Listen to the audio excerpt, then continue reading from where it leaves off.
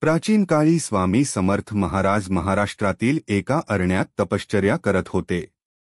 त्यांचे तेजस्वी रूप पाहून तिथे येणाऱ्या अनेक लोकांना कुतूहल वाटू लागले.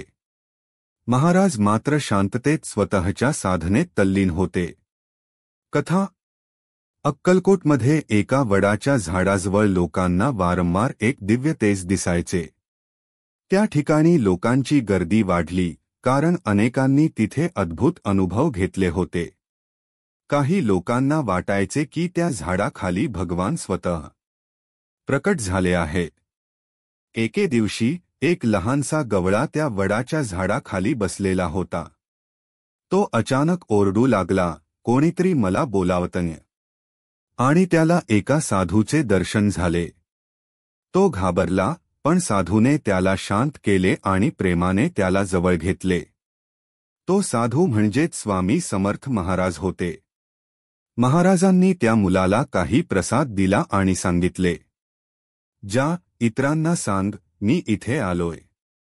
त्यांच्या कष्टांना माझ्या चरणी विसावा मिळेल."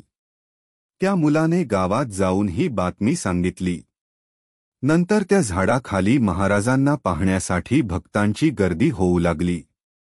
महाराजांनी भक्तांना सांगितले, "भक्तांनो, देव नेहमी तुमच्याबरोबर आहे. भक्ती आणि श्रद्धेने त्याला शोधा." त्यानंतर त्या ठिकाणी स्वामी समर्थांचा वावर मोठ्या प्रमाणावर सुरू झाला. महत्त्व: हा प्रसंग म्हणजे स्वामी समर्थ महाराजांचा प्रकट दिन मानला जातो. त्यांच्या या प्रकट दिनानंतर अक्कलकोट हे भक्तांसाठी पवित्र स्थान बनले.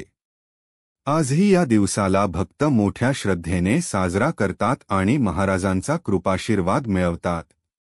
श्री स्वामी समर्थ महाराज की जय.